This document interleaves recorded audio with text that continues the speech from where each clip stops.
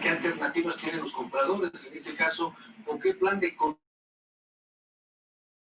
de dos maneras. Las consultas, ustedes en la parte de abajo tienen un chat y ustedes ahí podrían, si quieren, ir anotando las preguntas.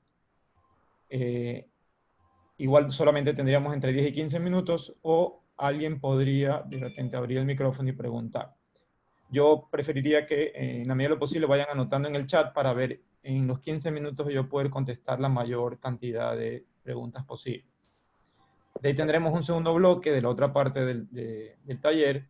También explicaré unos 45 minutos y luego pasaré a los 10 últimos 15 minutos de preguntas, ¿no? También lo hacemos desde el chat.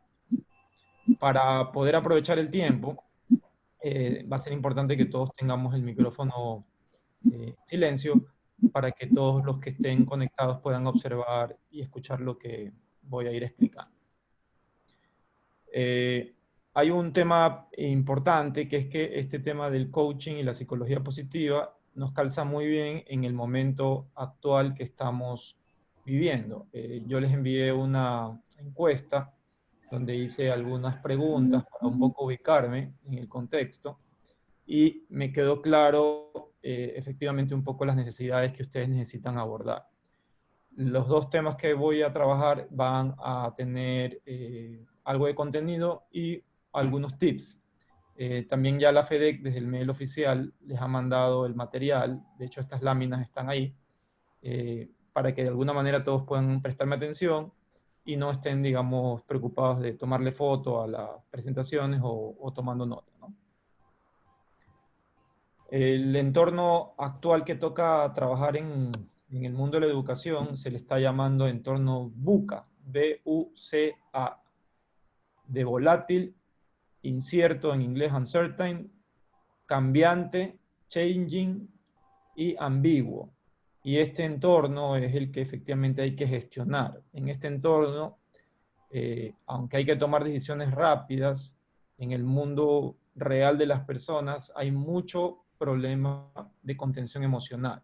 Entonces, de ahí lo importante de trabajar estas herramientas.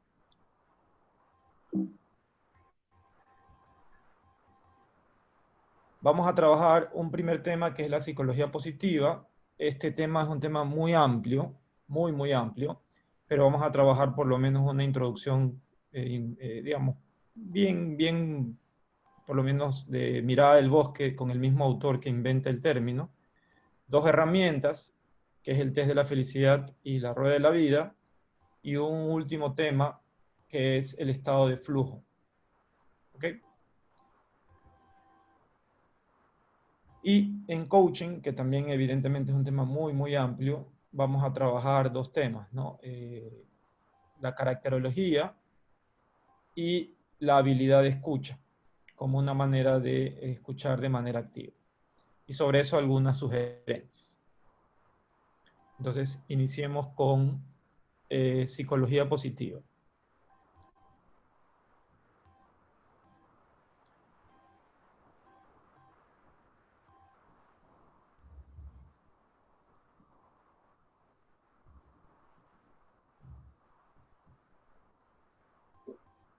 Vamos a ver un video que es nada más y nada menos del mismo creador, autor, una pequeña conferencia que nos puede servir como introducción.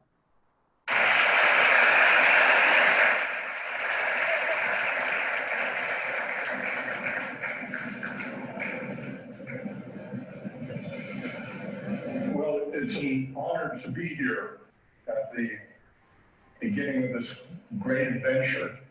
No university in the world has taken on itself the mission of both knowledge and well-being.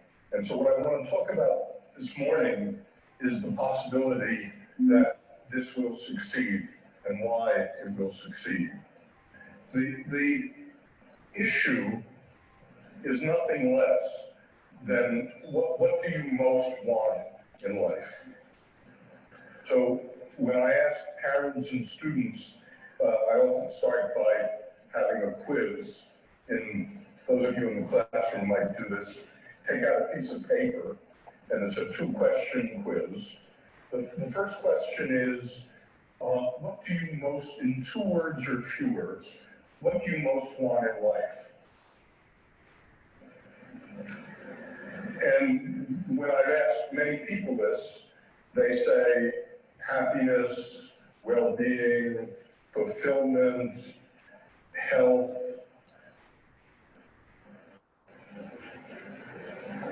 And then question 2 is, what do schools teach? What's taught at the university in 2 words or fewer? And if you write that down, the answer most people give is literacy, numeracy, discipline, employment. I want you to imagine the possibility when you look at those 2 lists, they don't overlap. I want you to imagine the possibility that a university, a school, can teach both. And in fact, they enhance each other. So if you think about a baby, when a baby is scared or sad or angry, she falls back on what she already knows. She doesn't learn anything. When a baby is content, happy, then she explores the world. The same is true of knowledge. So it turns out the only aim of a university or a school were to increase knowledge. It turns out well-being is synergistic with it, and it builds it. And so I'm going to talk today about the data that support this.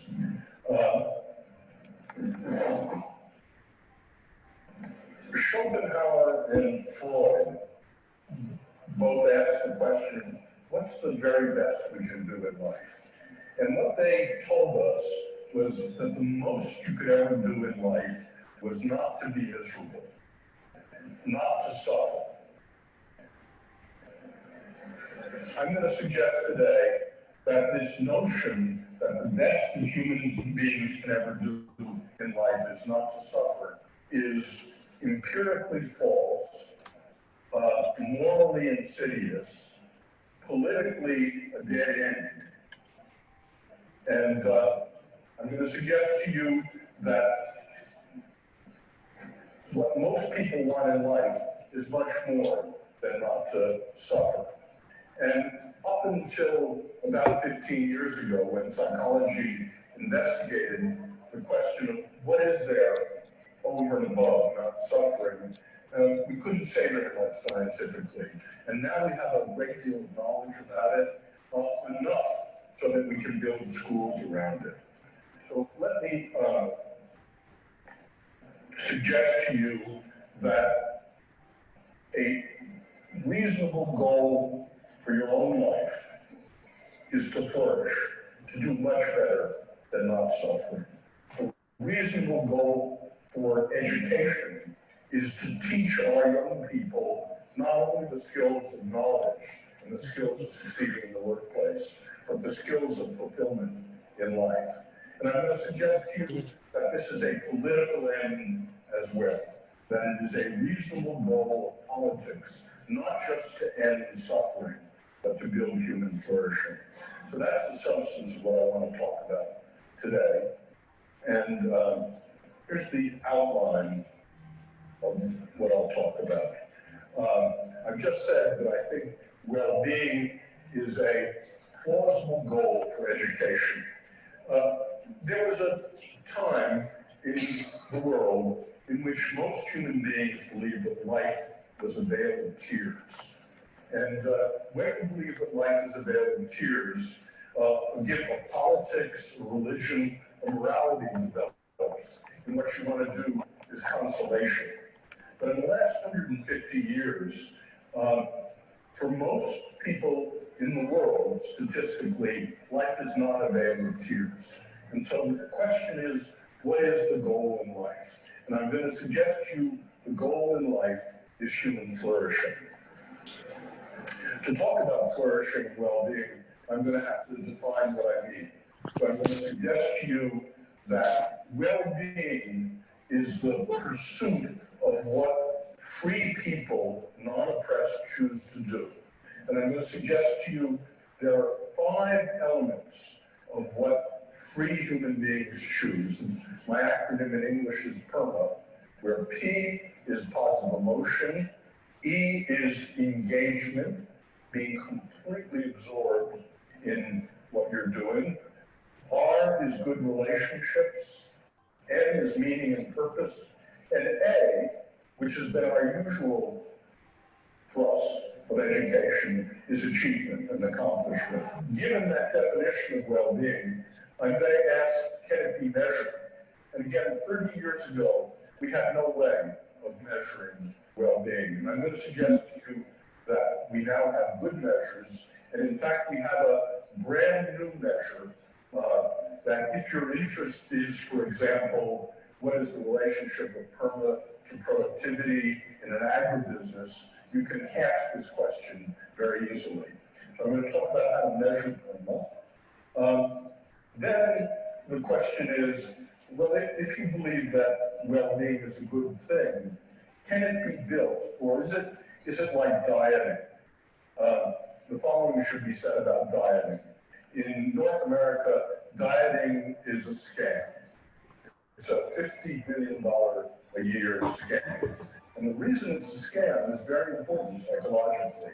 That is, you can lose, anyone here can lose 5% of your body weight in about 3 weeks by following any diet on the bestseller list. But the problem is 90% of people regain all that weight or more in the next 3 to 5 years. I did the watermelon diet. I lost 20 pounds in 3 weeks. I had diarrhea for 3 weeks. And then I regained all the weight. So the question about happiness and what kept people from working on well-being in psychology was a similar kind of study done about 40 years ago on lottery winners from Illinois. So they followed about 15 people who won millions of dollars in the lottery. And what they found was for the first few months they get happier, but after about 6 months they go back down to where they were.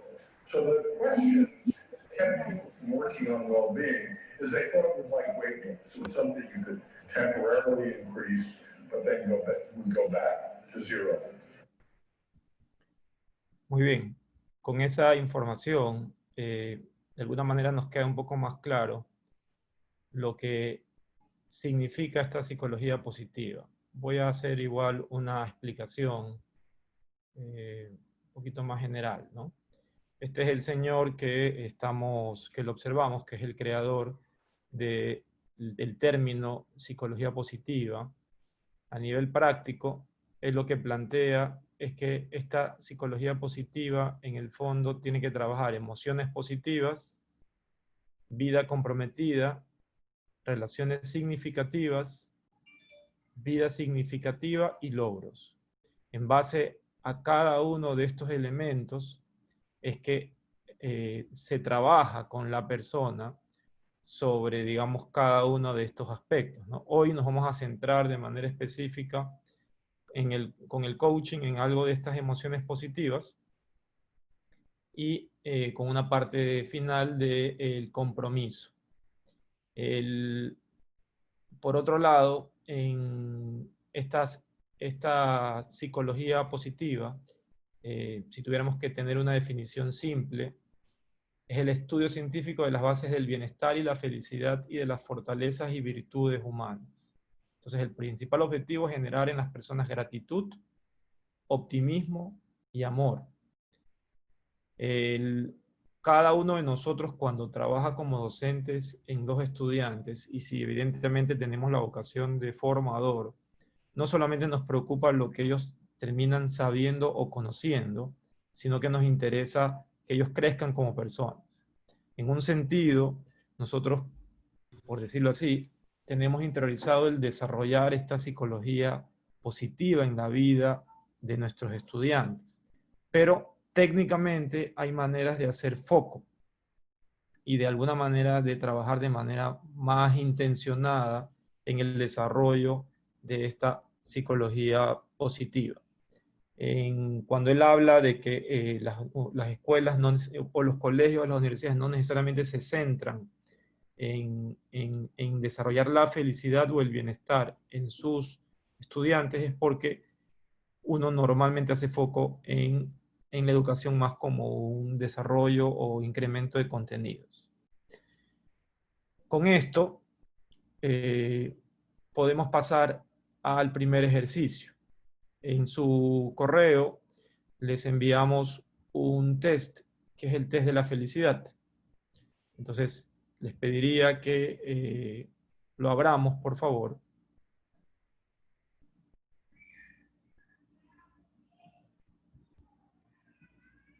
Yo estoy acá abriendo el mío para que lo tengamos. Les va a salir, cuando le dan clic al hipervínculo, les va a salir esto, ¿no? Entonces, para ir haciéndolo juntos. No me gusta demasiado mi forma de ser. Aquí de alguna manera estamos trabajando y en mi mirada personal. Me interesan mucho los demás. La vida está llena de recompensas.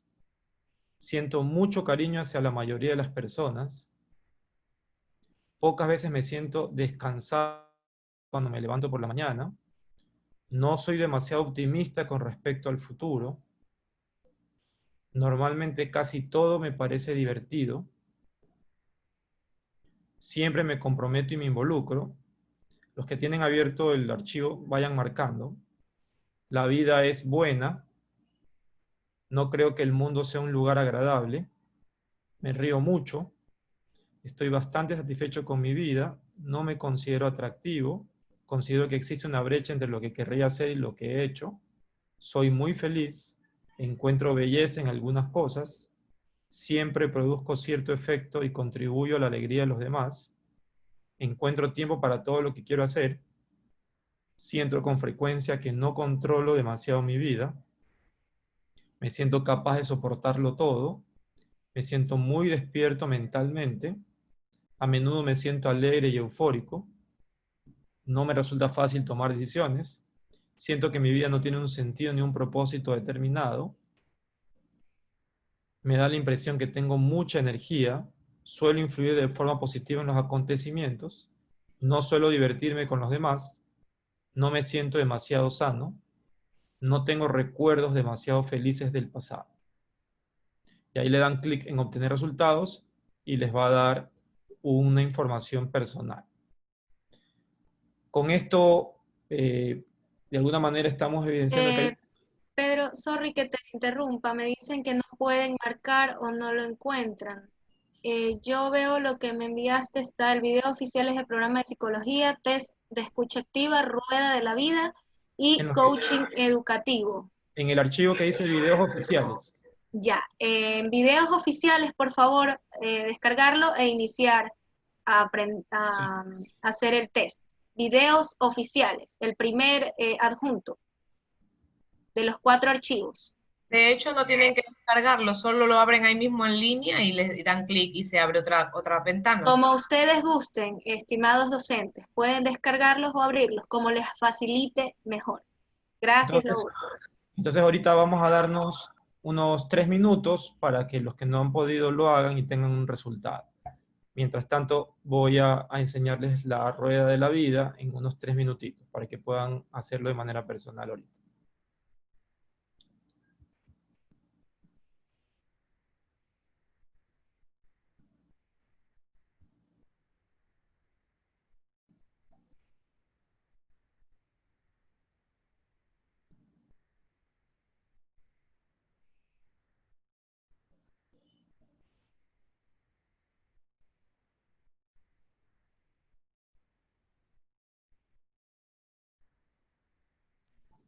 Me confirman, por favor, si ya están en el archivo para que puedan abrir, descargarlos como ustedes gusten, como se les haga más fácil, ¿ok?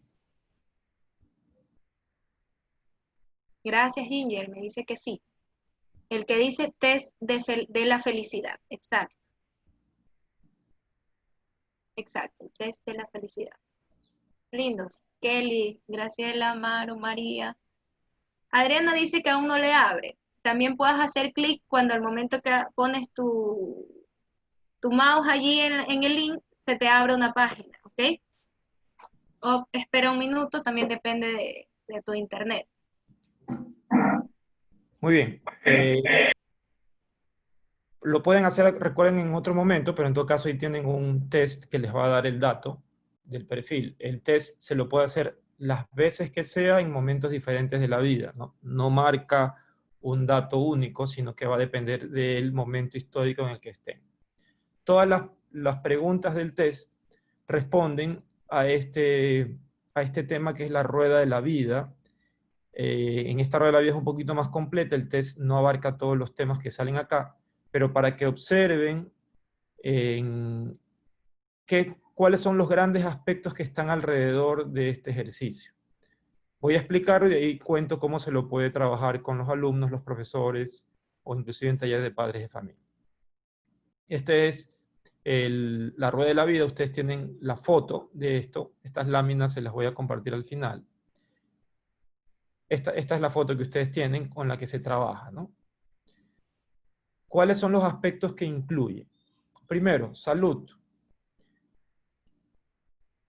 Recuerden que el tema del bienestar al final es un tema integral y la idea es trabajar todos los aspectos que pueden generarle bienestar o equilibrio a las personas. Entonces entran todos los dominios que se dicen en el coaching, pero desde los temas de psicología positiva son estos aspectos, ¿no?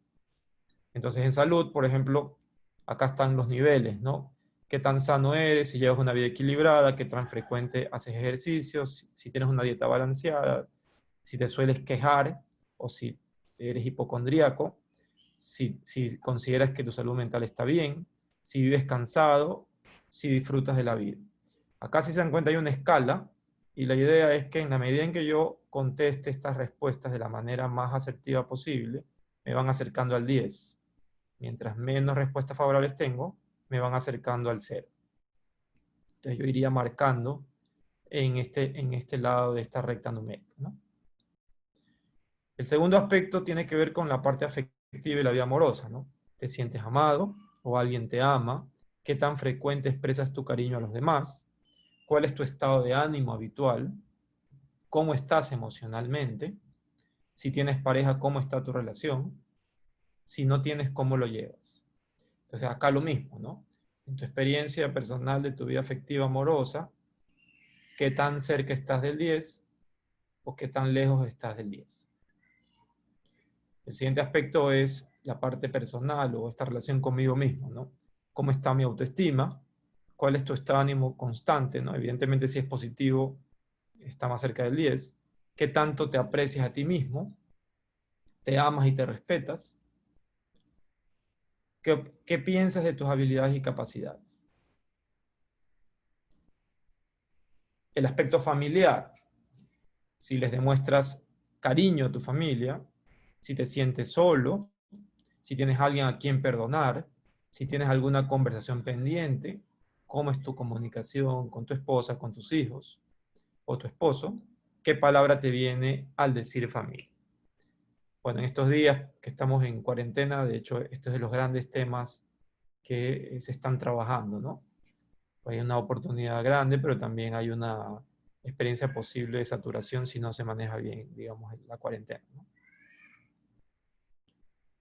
En el tema del trabajo o la carrera, ¿no? ¿En dónde quieres estar? O sea, si estás contento, digamos, con el trabajo o carrera que tienes, te estás encaminando en la dirección correcta, estás satisfecho con lo que haces lo que te gusta, tienes espíritu de excelencia, crees que podrías dar más.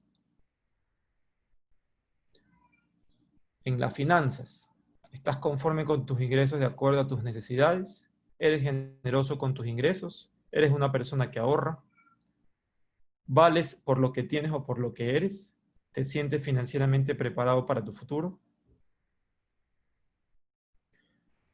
En el entorno, en general tu entorno. ¿Estás satisfecho en el lugar, ciudad, casa en la que vives? ¿Tienes un entorno limpio y ordenado? ¿Estás contento con lo que tienes? ¿Dónde vives? ¿Cómo vives? En recreación y amigos. eres buen amigo, tienes buenos amigos, creces con ellos, soy mejor persona, estás disfrutando la vida y haciéndola divertida, estás satisfecho con el nivel de actividad, hobbies que tienes tiempo para dormir, hacer deporte. En el tema espiritual, ¿estás satisfecho con tu vida espiritual? ¿Cuándo fue el último momento bueno espiritual que tuviste? Paz, oración, entrega. ¿Lo que haces impacta en la vida de los demás? ¿Alguien te ayuda? ¿Te deja ayudar? En tu crecimiento personal, ¿qué tanto te enfocas en tu crecimiento personal? ¿Estás satisfecho con el rumbo que lleva tu vida? ¿Te preocupas por tu autoformación? ¿Estás buscando nuevos retos y tratando de aprender de ellos? Y la rueda termina con estas dos preguntas que al final esta rueda lo hace cada uno de manera personal. Las preguntas las pueden tener como referencia, pero donde esté más rankeado es lo que se pone arriba. Estoy más satisfecho en, no sé, pues de repente en mi vida familiar, porque estoy haciendo, no sé, porque estoy teniendo mucho diálogo con mi esposa, porque estoy teniendo tiempo para estar con mis hijos en los momentos importantes. O sea, ahí uno enumera, ¿no? En lo que ha salido mejor rankeado. Y estoy menos satisfecho en, y ahí pondrás el aspecto donde estás menos satisfecho, y cambiaré esto haciendo, y ahí es donde uno enumera las cosas que va a hacer o que tiene capacidad de hacer para cambiar ese entorno. Entonces, este ejercicio lo recomiendan esta gente de psicología positiva porque permite que las personas hagan foco en realmente su estado actual. Y evidentemente cada rueda de la vida puede ser hecho en otro momento, digamos diferente, y me puede ir sirviendo para irme comparando, ¿no? Hay veces que hay contextos que están ayudando a que unas cosas crezcan o uno decrezca, pero también va a ser importante ver la evolución de aquello donde yo me sentía menos satisfecho y puse medios para crecer, ¿no? O para cambiar eso. Este era el segundo tema de los talleres, ¿no? Y vamos al último tema de psicología positiva, que es, vamos a hacer foco en el segundo tema de esa vida comprometida, que técnicamente le llaman el flujo.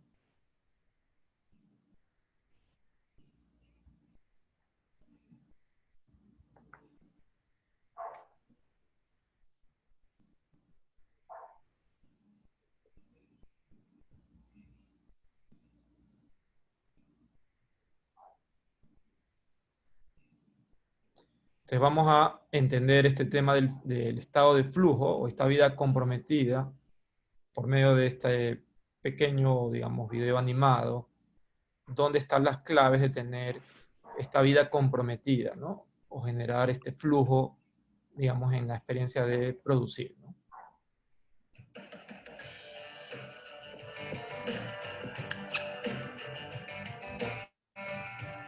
Fluir, por Mihaly Csikszentmihalyi. Un científico entra por la mañana a trabajar y cuando menos se da cuenta ya es de noche. Una bailarina realiza movimientos con suma precisión y siente como si su cuerpo estuviera flotando. Un lector pasa las páginas del libro sintiendo como si fuera él el protagonista de la historia. Todas estas personas al mismo tiempo de realizar estos actos se olvidaron de absolutamente todo, de las preocupaciones, el aburrimiento, de su misma familia y hasta de su existencia.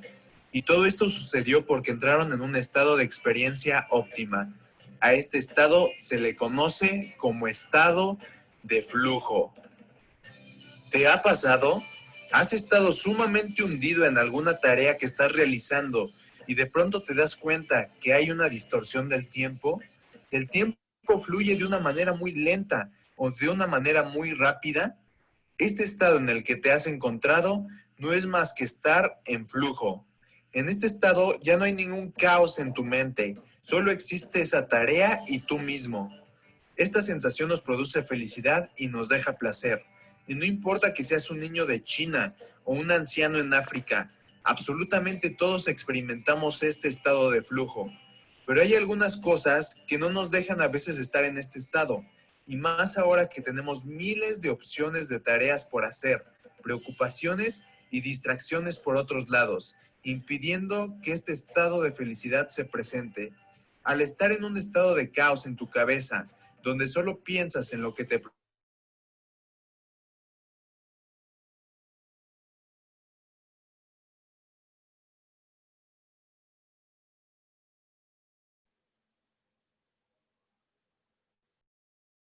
quieres atender muchas necesidades. A este estado se le conoce como entropía. Para que no pase esto, tenemos la conciencia humana y nuestro enfoque. Nuestra conciencia filtra toda la información que adquirimos, tomando solamente la que necesitamos para poder utilizarla a nuestro favor. Y la conciencia utiliza nuestra atención para poder ser efectiva. Esto irá formando tu personalidad poco a poco. Es por eso que es muy importante saber hacia dónde pones tu atención. La persona que controla en dónde pone su atención estará dando un paso muy importante en la consecución de sus metas, ya que evitará distracciones e información que de ninguna manera le servirá para conseguir sus metas. Tu personalidad se va formando con cada experiencia que tienes. En pocas palabras, tu enfoque determina tu personalidad. Y si le estás arrojando información basura a tu mente, tu personalidad se verá sumamente deteriorada. Por ejemplo, piensa en un ecologista. Cuando va caminando por la calle, ve todas las cosas que provocan que el medio ambiente se deteriore y piensa en posibles soluciones. O un corredor de coches. Cuando va por la calle, su atención se mueve hacia los coches que pasan y en su mente ve la potencia de estos. Pues todo esto va determinando su personalidad, ya que hacia allá se mueve su enfoque. En sí, la lucha por la felicidad se podría decir que es una lucha contra la entropía, este caos mental que no nos permite estar en estado de flujo, así que organiza tu conciencia si quieres estar en este estado. El autor dice que no importa que la tarea que estés haciendo te guste o no, aún así puedes entrar en flujo. Así que si tienes un objetivo claro y hay algo que no te gusta, pero aún así te concentras al máximo, cualquier tarea te resultará agradable. Hay algunas características que tienes que tomar en cuenta para el estado de flujo. Primero, desafío que requiere habilidades. Las actividades que estés realizando deben de presentar algún tipo de dificultad y desafío para propiciar este estado de flujo. Porque si haces algo que ya dominas, en vez de estar sumamente concentrado, te vas a aburrir. Concentración y enfoque. Mientras más estés enfocada en una tarea, sin absolutamente otra distracción interna y externa, el estado de flujo se dará de una manera más potente. Metas claras. Es muy importante que crees metas claras antes de entrar en este estado de flujo. Esto le dará a tu atención un plus porque sabrás exactamente qué hacer y te darás cuenta de que si lo que estás haciendo te conduce a tu objetivo. Retroalimentación. El sentir que estás haciendo bien la actividad porque vas progresando es muy importante. Esa sensación de que vas mejorando propicia el estado de flujo. No hay espacio para nada más. En este estado, tu atención se fija solamente en la información que necesitas. No te acuerdas de nada más. Todo se va. Es como si no tuvieras memoria por ese instante. Sentimiento de control personal sobre la actividad. Durante este estado, sientes como si tuvieras un total control sobre esa actividad. Mientras más controles la entropía, menos te costará entrar en estos estados de óptima experiencia. Pérdida del sentimiento de autoconciencia. Literalmente, en estado de flujo, te olvidas de quién eres. Esto te permite tener una experiencia aún mucho más sólida y te permite sentir que te fusionas con esa actividad que realizas. Y por último, la distorsión del sentido del tiempo. Durante esta experiencia, la percepción temporal se ve sumamente alterada. El tiempo puede pasar muy rápido o puede pasar sumamente lento, dependiendo de la actividad que realizas. Recuerda que depende de ti entrar en estado de flujo. Si tus condiciones no son las más favorables, encuentra la forma de que puedas entrar en estos estados. Recuerda que en toda actividad puedes entrar en estados de flujo y esto te dará una mejora continua muy importante. Convierte malas experiencias en buenas utilizando este estado. Todo va a depender de dónde pongas tu atención y de evitar las cosas que te la quiten. Si logras dominarte en ese aspecto, te aseguro que cada tarea que hagas hacia tu meta será más eficiente, placentera, eficaz y potente para conseguir tus objetivos. ¿No? Muy bien. Entonces ahorita tenemos un tiempo para las preguntas. De repente voy a ver el chat para chequear las preguntas, ¿no?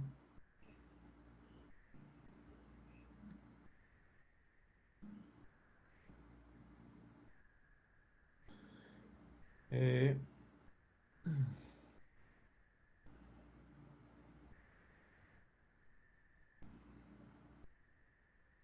a ver, nos dice que las cosas que no nos gustan forjarán nuestra voluntad. Sí, lo que explica, a ver, nada más para repasar, este último video que vimos tiene que ver con el segundo componente del PERMA, que es el engagement, que traducido en español es la vida comprometida. Entonces el autor, que es judío, habla del flujo.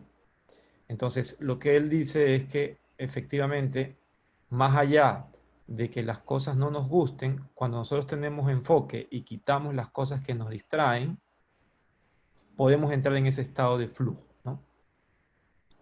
Entonces me preguntan, ¿podemos decir que el estado de flujo es lo mismo que mindfulness? No, el mindfulness de alguna manera es un método para poder entrar en ese foco, pero el estado de flujo es el resultado del mindfulness. No solamente se entra en estado de flujo con mindfulness, sino que por lo menos el estudio del flujo habla de estudiar a estos artistas, deportistas. De hecho, mismo nosotros como docentes, hay momentos que dictamos algún tipo de clase o estamos con un grupo de estudiantes y donde de alguna manera es una experiencia de deleite y donde pasa el tiempo sin darnos cuenta, donde nos olvidamos inclusive de nuestros problemas o dificultades, o si es que inclusive tenemos algún tipo de dolor de cabeza, pasa, ¿no? Porque estamos justo viviendo en medio de ese estado de flujo. La siguiente pregunta dice, ¿es la psicología positiva solo una ciencia? A ver, se me volvió. De la felicidad. A ver, la psicología positiva es un postulado dentro de la ciencia de la psicología, ¿no? Entonces, de este estudio que es muy serio, está decantando ya en todas las áreas del conocimiento, en el management, inclusive el TEC de Monterrey ya tiene una escuela de liderazgo emergente, ¿no? Basado en la psicología positiva, ¿no? Coach, en el caso de hacer algo por obligación, no ayuda nada en nuestra psicología positiva. Al contrario, asimila de realizar algo sin disfrute. En el caso de hacer algo por obligación, no ayuda nada en nuestra psicología positiva. Al contrario, asimila de realizar algo sin disfrute. No entendí esa opinión. ¿Será posible que enciendas tu cámara? Es bueno que los docentes te vean, por favor. Sí, ya mismo la enciendo. Lo que pasa es que estoy en el cuarto de mis hijos y están ellos ahorita moviendo unas cosas, ¿no? Ya mismo que esté ya organizado, puedo abrir la cámara. ¿Alguna otra pregunta?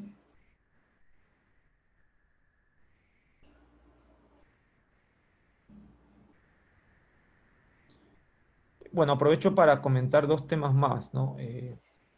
A ver, ya de manera práctica, los que trabajan con niños, el tema de trabajar las emociones positivas en los niños es el primer postulado de la psicología positiva. Y las emociones pueden estar en el pasado, puede estar en el presente, o se puede trabajar sobre estados del futuro. Entonces, recordemos que el gran medio que nosotros como docentes tenemos son, de alguna manera, estos diálogos, ¿no? E inclusive actualmente se trabaja mucho esa capacidad de dialogar con medios como el storytelling, ¿no? Las historias, las metáforas, ayudan mucho para poner a los niños o jóvenes en ese estado de ánimo que quisiéramos poner, ¿no? Depende de la historia. Y el segundo tema es que tratar de generar las condiciones y el foco para que nuestros estudiantes encuentren o entren más rápido en esos estados de deleite, de flujo, ayudarán de alguna manera inclusive en ciertas condiciones de disciplina, ¿no? De manera práctica es la disposición del espacio, no siempre dándose las espaldas o organizando un lugar especial para dictar en clase. Si toca de alguna manera contar algo, aprovechar para también poner audio, música de fondo, olores. Si tenemos que trabajar algo en la pizarra, que de repente sea la oportunidad de tener no solo un foco de atención en la pizarra, sino de repente las 4 paredes con información para que ellos puedan usar el cuerpo, etc., ¿no? Todo eso ayuda, ¿no?, a tenerlos enfocados. A ver, en la medida que nos apasiona con nuestro trabajo encontramos nuestro estado de flujo. Claro, de hecho, nuestra capacidad de estar en el lugar donde queremos y trabajar en lo que amamos o nos llena de pasión, nos quita, digamos, condiciones para, o aleja esa entropía, ¿no? Que es, digamos, cualquier cosa que nos quite ese objetivo, ¿no? ¿Qué hacer si tenemos niños con condiciones de inestabilidad familiar? La inestabilidad familiar, a ver, bueno, esto es más amplio, ¿no? Pero si lo enfocamos desde el punto de vista solo de lo que hemos visto ahorita, sí vale la pena, de alguna manera, ubicarlos, ayudar a los chicos a que se ubiquen en contextos donde ellos sí son felices, para no hacer foco en el estado de inestabilidad, ¿no? Es decir, si por ejemplo ellos disfrutan el deporte en el colegio, o disfrutan una asignatura, o disfrutan la tecnología, o valoran mucho los amigos que tienen, digamos, siempre va a ser bueno, digamos, darle la vuelta a esas oportunidades para que ellos traten de entrar en contacto con ese bienestar que un poco promueve la psicología positiva. El storytelling es efectivo, muy poderoso, porque permite entrar primero por el corazón del ser humano para luego llevar la información a la razón y que haya un impacto en la vida de la persona, llevándola a tener un cambio sin importar las limitaciones, les permite abrir posibilidades. Totalmente de acuerdo. Muy bien. Bueno, creo que hemos contestado las preguntas, son ya casi las 4. Vamos a avanzar con el siguiente tema, ¿sí? Que es ya los temas de coaching. Entonces, me permiten un momento, por favor.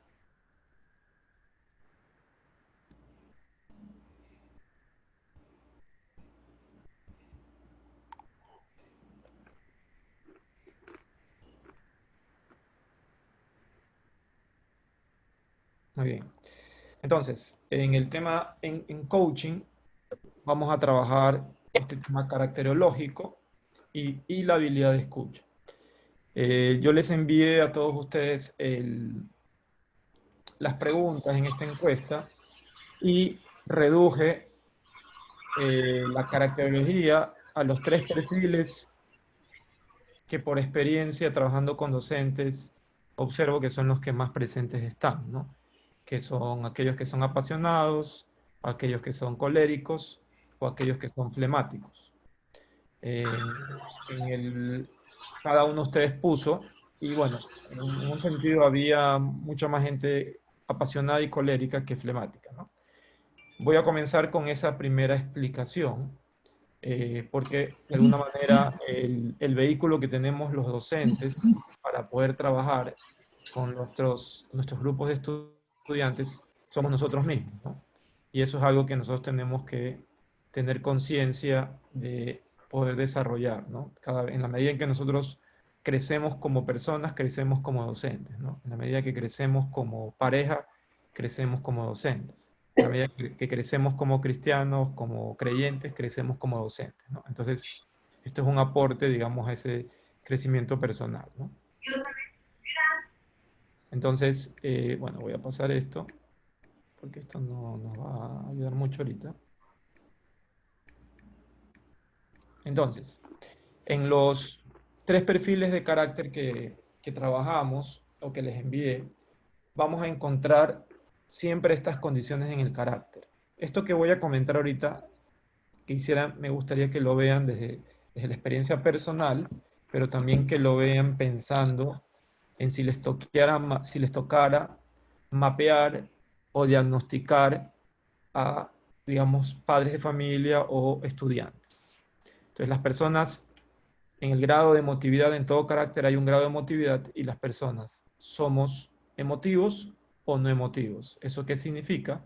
Que las personas emotivas, por dentro, tienen un movimiento emocional que podría llevarlos hasta las lágrimas en algunos casos, o hacerlos poner rojos, ¿no? de la sangre, ¿no? Digamos, en la cara, ¿no? Y los no emotivos no significa que no sienten, sino que ese movimiento emocional interno es un poco más lento, podríamos decirlo, ¿no? Pero no podríamos hablar de no existencia, ¿no? Todas las personas tenemos una emotividad interna. Para un ejemplo, para ayudar, ¿no? De repente en una película, usted está con no sé, pues, su esposo o su esposa, y de repente en una escena el emotivo se emociona y se le salen las lágrimas. Y uno ve al acompañante y se da cuenta que no está llorando, ¿no? Y uno le dice, ¿y por qué no lloras? Ya, no es porque no siente, sino que en el caso del que llora, su emotividad es mayor, y en el caso del que no llora, su emotividad es menor. Nada más. ¿Ok? Pero todos sentimos, ¿no? Eso es importante. El segundo aspecto es la actividad. Es decir, las personas por carácter podemos ser activas o no activas. Pero esto es importante entender, no necesariamente es, no sé, pues un niño hiperactivo que no se puede quedar quieto, no. Eso no lo explica bien. La explicación mayor es entender que el activo es aquel que es capaz de pasar más rápido de las ideas a la acción. Un activo es una persona que rápido pasa de lo que piensa a hacerlo. Y un no activo es alguien que ese proceso se demora un poco más. Por eso se observa externamente que el no activo parecería un poco más estático y el activo parecería un poco más dinámico. Pero es una experiencia interna, ¿no? El activo rápido ejecuta, el no activo se demora en ejecutar. ¿Ok? En este tiempo de cuarentena, de repente, ustedes están percibiendo un poco eso, ¿no? Hay gente que necesitan ustedes que, de repente son ustedes muy activos y quisieran que todo el mundo ejecute, pero hay gente que se cansa, ¿no? O no quiere, porque podría ser que por carácter tiende a ser un poco más no activo, ¿no? O hay gente que también, de repente, para puestos, por ejemplo, donde hay que estar sentado mucho tiempo, científicos, gente de bodega, etcétera, que tienen que estar chequeando, los caracteres no activos ayudan, ¿no? Porque hay gente que de alguna manera está más dispuesta a estar en contextos más estacionarios, ¿no? Y hay un tercer aspecto, que es la resonancia de las impresiones, es decir, lo que externamente sucede, cuánto eso me mueve, ¿no? Y para esto hay dos perfiles, el primario o el secundario. Entonces, el primario es una persona que ante un evento externo internamente reacciona, pero reacciona rapidísimo. Y el secundario, ante un evento externo, digamos, rumea un poco más cómo reaccionar.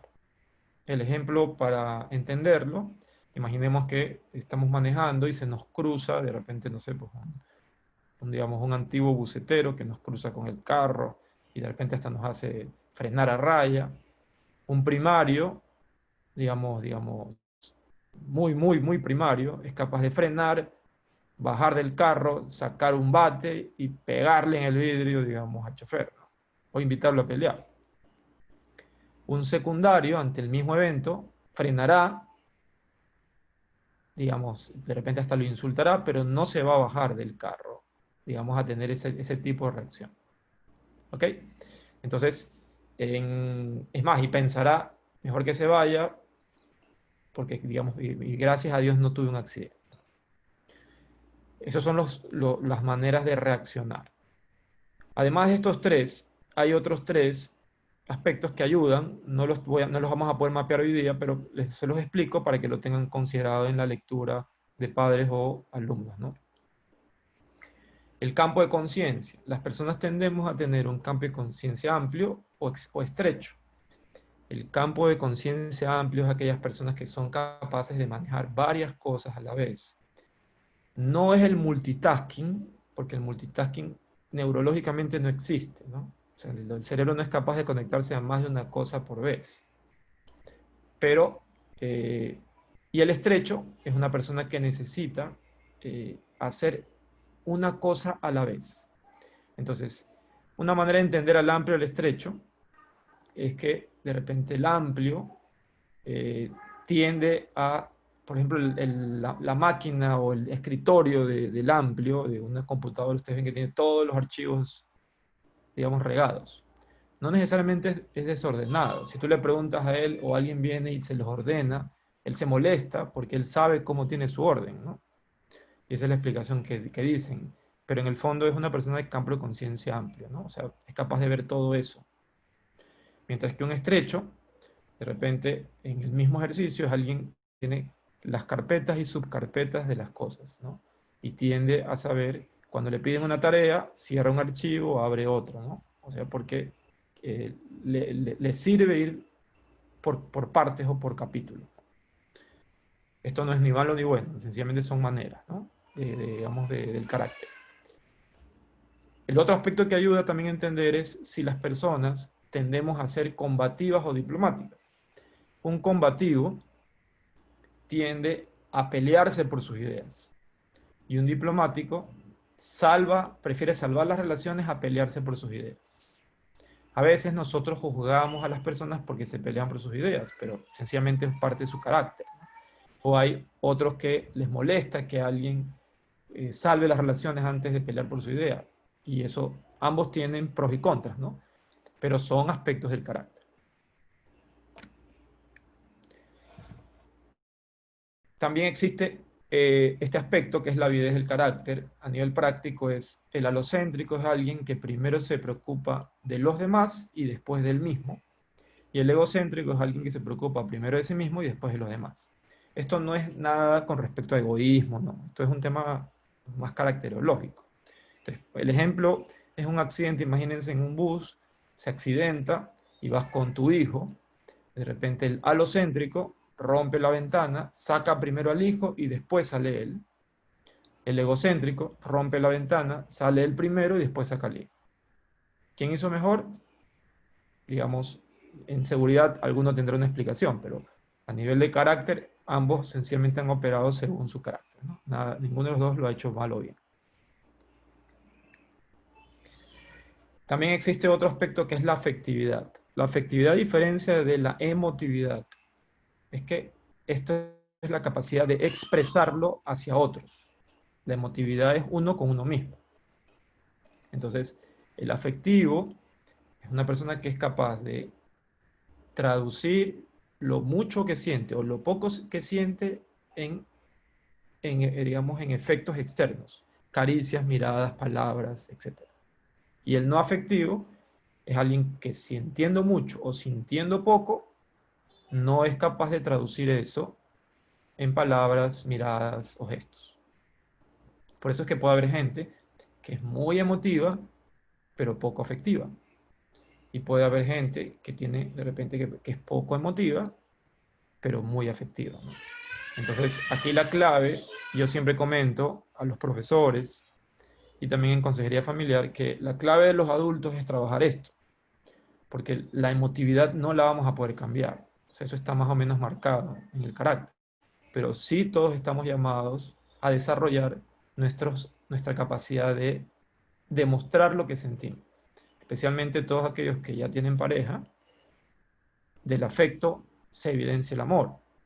Y si ya tenemos hijos, los hijos son los que sufren por la falta de afecto.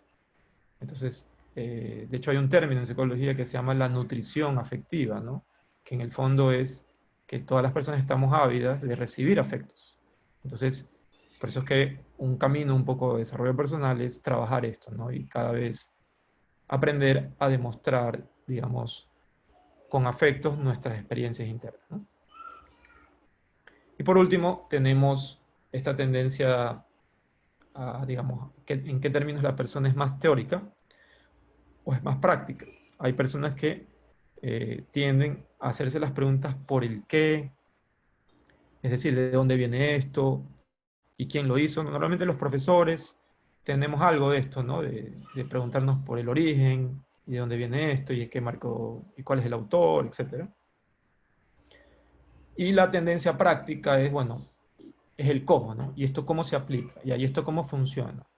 Entonces, en las ingenierías, normalmente los perfiles profesionales terminan siendo más prácticos, pragmáticos, ¿no? Porque es pasar rápido a cómo arreglar las cosas, cómo resolver las cosas, etcétera, ¿no? Entonces, las personas tendemos también a uno u otro en mayor sentido, ¿no? Esto con respecto a los perfiles. Voy ahora, de alguna manera, a explicar mejor cada combinación de los 3 que les mandé en la prueba. Entonces, los coléricos son emotivos, son activos y son primarios. El colérico, en el fondo, es un líder que tiende a que las cosas sucedan ya. Es alguien que no espera. Por eso los coléricos tienden a ser poco pacientes. Un colérico tiene mucha energía para empujar las cosas, pero también se cansa después de esos momentos de mucha energía. Por eso es que los coléricos necesitan dormir bien, descansar bien. Explico por qué en su momento de empuje ponen toda su energía. Son como las pilas de la batería, ¿no? O sea, si es que llegan momentos de, no sé, video, llamada, WhatsApp, ni sé qué, aplicación, 500 cosas prendidas, en algún momento la batería se va desgastando más. Así es el carácter de un colérico, ¿no? Si un colérico es una pareja, es tu pareja, hay que tener conciencia de que a veces ellos estallan, y no siempre cómo estallan es lo que realmente sienten, sino que es su emotividad y su primariedad que, digamos, revientan, ¿no? Como un fósforo. Lo ideal con un colérico no es hacerlo entrar en razón cuando está estallando. Hay que esperar que baje la energía, digamos, emocional para poder conversar. Cuando está en el momento de estallo, hay que entender un poco de dónde viene. Hay que tratar de interpretarlo, ¿no? Más que ayudarlo a entrar en razón. Salvo que sea una explosión que atente contra la dignidad del otro, ¿no? Y donde efectivamente lo que toca ya es protocolos un poco de cubrir la dignidad, ¿no? De protegerse o de alejarse. Si tuviéramos un estudiante colérico, acuérdense que el camino es la madurez, ¿no? Entonces hay que ayudarlos a que ellos aprendan a pensar antes de actuar, que ellos aprendan a explicar las cosas antes de comenzar a sentir que la emoción les gana. Y si estallaron, aprender a buscar y pedir disculpas lo más rápido posible y asumir las consecuencias de haber estallado.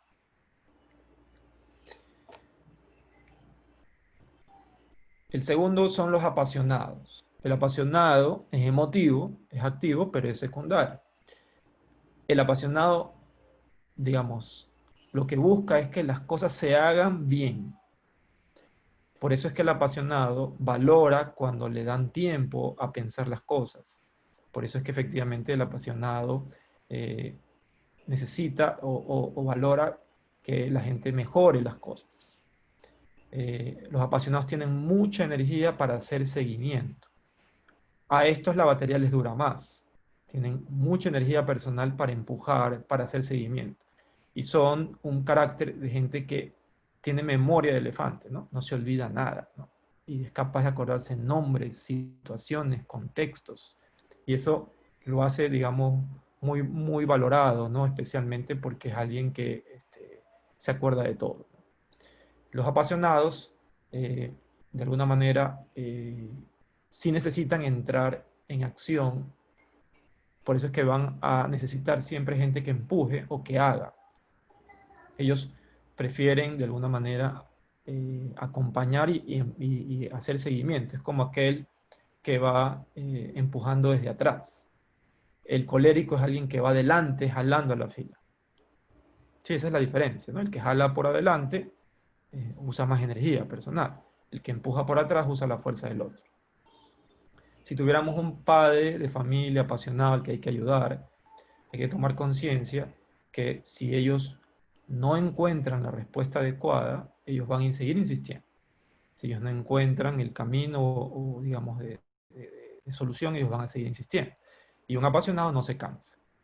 Si tuviéramos un estudiante apasionado, hay que aprovechar esa capacidad reflexiva para, de alguna manera, sacar adelante, digamos, lo mejor. E inclusive encomendarle personas que puedan ayudar. Estos son personas que pueden ser buenos, no sé, como ayudantes de cátedra, ¿no? Digamos, de otros, ¿no? Y por último, tenemos al flemático. El flemático, de alguna manera, lo gobierna la lógica. El flemático es alguien que es no emotivo, por eso es que puede ser percibido como frío, es activo y es secundario.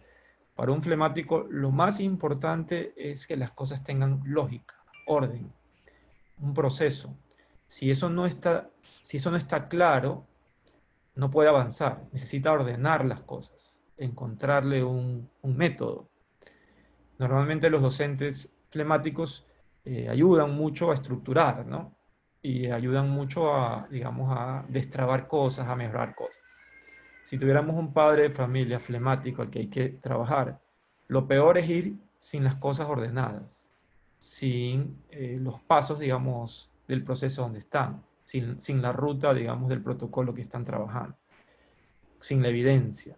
¿Sí me explico? O sea, este padre de familia, si no somos ordenados en el proceso, nos va a descalificar y evidentemente nos puede bypassear ante la autoridad. Si nos toca un estudiante flemático, hay que considerar que estos son a veces poco tolerantes. Aunque son no emotivos, eso no significa que no sienten, ¿no? Y esta gente sufre ante las cosas desordenadas, desestructuradas. Pero parte del proceso de crecimiento, ya lo vamos a ver en cada perfil, es justamente la flexibilidad, ¿no? Hay que ayudarlos a que ellos aprendan a ser flexibles, porque la vida también incluye momentos donde hay que tomar decisiones rápidas. Estamos en un gran contexto de eso, ¿no? O sea, el tema de este virus ha hecho que todo el mundo tenga que tomar decisiones rápido y a veces no son las mejor pensadas, pero sabemos que son las que se necesitan tomar. Entonces, no, hay una lógica un poco más simple, ¿no? Que hay que ser un poco más flexibles. Con esto explicado, voy a pasar al último tema de que tiene que ver con las dimensiones de crecimiento. Entonces, ¿qué tiene que hacer un colérico en su vida personal? Lo primero que tiene que hacer es que tiene que, su punto de llegada es la reflexión. O sea, el colérico, si estás mapeado como un perfil colérico, tienes que entender que lo que te va a hacer a ti ser una persona más madura es qué tan reflexivo llegas a ser. Porque es la reflexión la que va a frenar tu, digamos, esa energía para explotar. Entonces, esta capacidad, digamos, de reflexión es la que hay que desarrollar. ¿Cómo desarrollarla? La cordialidad, que es lograr ver, tratar de amar con el corazón, ¿no? O sea, realmente interesarme en el otro de corazón. En la alegría, el colérico normalmente, hay una imagen que es natural, desde los griegos viene este tema, es el ceño fruncido, ¿no? Entonces parecería que el colérico siempre está enojado, pero es por esa tensión, digamos, por sacar las cosas adelante, ¿no?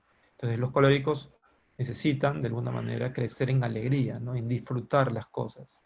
Normalmente el colérico no disfruta lo que logra, o sea, lo que logra pasa al siguiente, pasa al siguiente, pasa al siguiente, porque está enfocado en la actividad.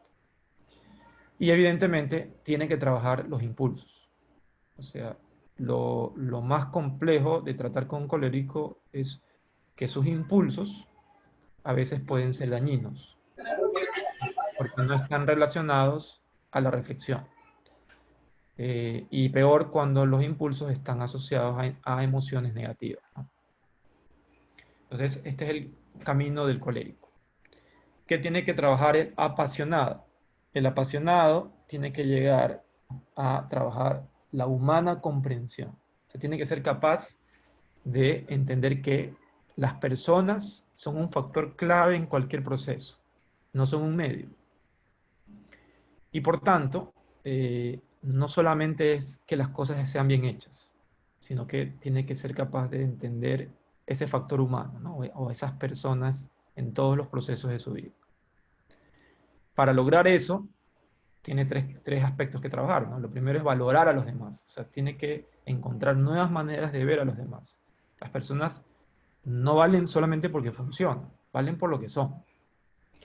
El segundo es el autocontrol, ¿no? En esta capacidad de alguna manera, de no solamente llevarse por resultados, sino que si hay estos factores de personas específicos, también saberse controlar para no solamente buscar la eficiencia, sino también considerar a las personas en los procesos. Y por último, esta humildad, ¿no? Esta capacidad de reconocer la verdad, valorar la opinión de los demás, buscar siempre, digamos, la verdad en las cosas, ¿no? Que esto es lo que lo va a hacer crecer. Y por último, en el caso del flemático,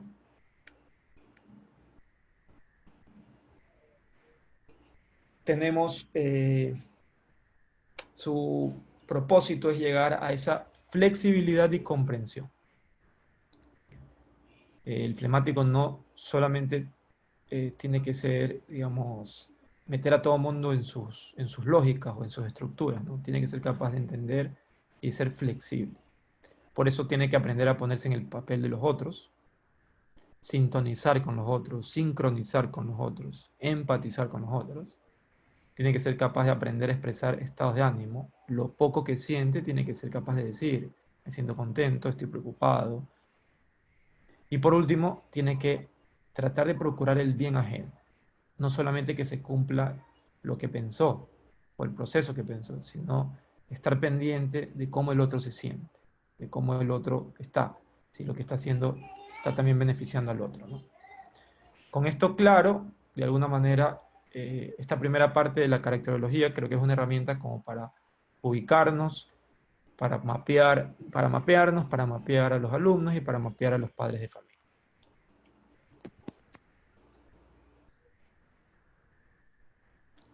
Vamos a pasar a las siguientes láminas, ¿no? Del coaching. Pedro, aquí tienen algunas inquietudes. Del iPhone de Gabriel dice que es colérico, apasionado, tipo de personalidad. Por acá también tenemos otros, no sé si les quieran. Yo preferiría avanzar por lo menos unos 20 minutos del otro tema para que dejemos al final todas las preguntas, para digamos, priorizar cerrar el contenido. Bueno. Entonces, vamos a avanzar a la siguiente parte. En los temas de coaching, les estoy proponiendo el tema de la habilidad de escucha. Entonces,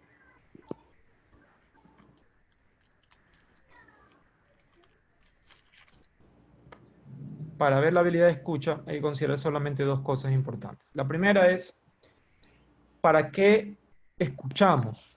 Entonces, nosotros tenemos que ser capaces de generar climas de confianza. Entonces, si nosotros como docentes no somos capaces de generar climas de confianza, en el fondo es porque no escuchamos. Tenemos que ser capaces de alguna manera de establecer esas relaciones. Y normalmente uno comienza a confiar en alguien que escucha. Entonces, ¿cuál es ese tipo de escucha al que nos referimos? Aquí está una descripción, ¿no? Escuchar es esa capacidad de oír, pero también de interpretar. ¿Qué significa oír? Ustedes, si cuando se están quedando dormidos y de repente en su cuarto hay un ventilador, ese sonido vacío del ventilador sonando a veces nos arrulla, ¿cierto? Eso solamente es oír, porque yo a eso no puedo inferir sobre eso.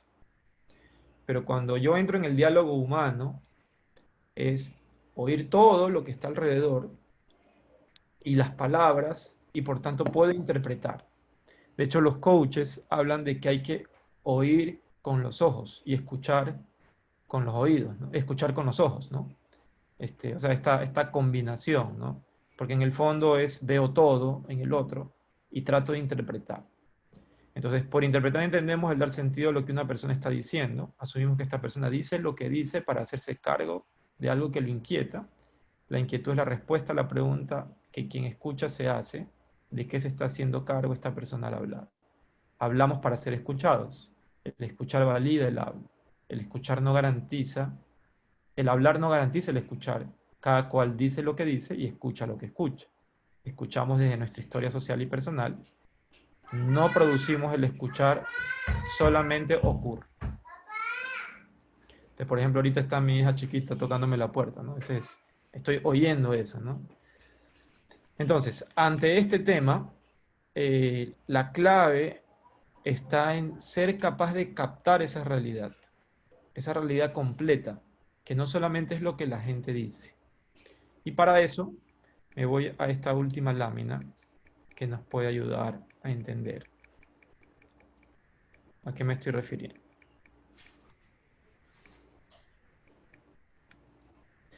Las personas, cuando estamos atentos a la realidad del otro, vemos estas tres dimensiones o dominios que le llama el coaching: cuerpo, la emoción y el lenguaje. ¿Estamos de acuerdo? Entonces, cuando alguien está dando clase y le duele la cabeza, y hay algunos alumnos que son muy observadores, algunos de ellos van a preguntar: Miss, profe, ¿le pasa algo? ¿Que está enfermo? ¿Qué están observando ellos? Están observando el cuerpo. De repente te ven estás más pálido, de repente estás con, no sé, moviendo, frunciendo el ceño, de repente estás caminando más despacio. Entonces, hay algo que ellos están observando que ha cambiado el patrón normal de trabajar contigo.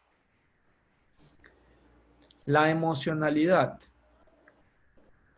No sé si ustedes han visto en estos días al vicepresidente cuando le toca dar entrevistas, pero es evidente que esta persona está en una emoción, trata de estar lo más tranquilo posible, pero se lo ve inquieto.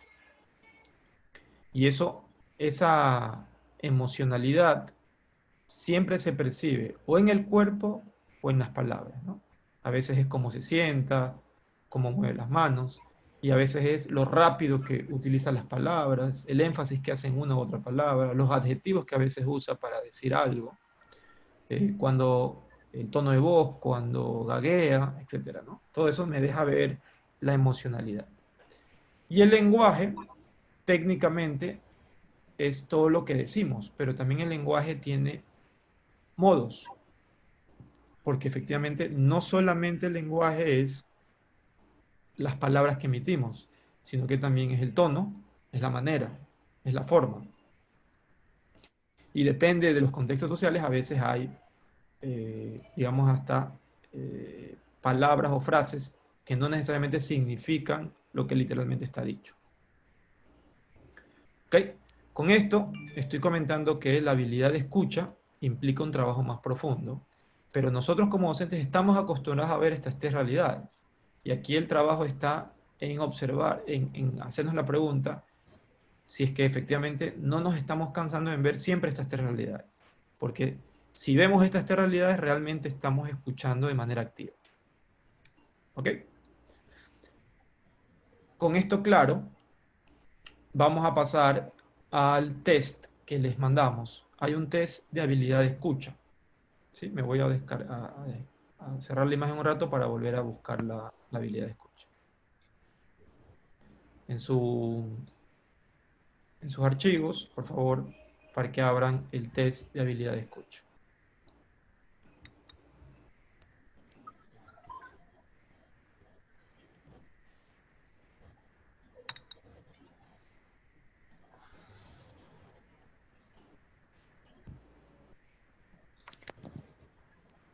Este es el archivo. ¿Sí? Entonces, les voy a dar ahorita unos 5 minutitos para que lo puedan hacer. Les va a tocar de repente, marcar, o hacerse la idea de marcar, porque hay que calificar. Por lo menos me gustaría que lean les voy a explicar, les voy a decir qué preguntas me gustaría que marquen mejor, ¿ya? Para que me digan qué número, qué puntaje sacar.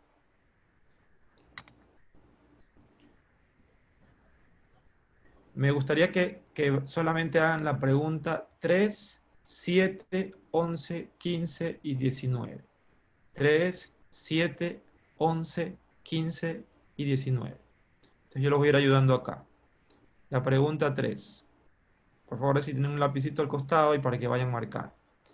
En general, procuro centrarme en qué está diciendo el otro sin considerar cómo lo está diciendo. Si marco sí o marco no. Entonces pongan ahí 3 sí o 3 no. La siguiente. La 7. Cuando una persona realmente enojada expresa su cólera, yo dejo que lo que dice me entre por un oído y me salga por el otro, ¿sí o no?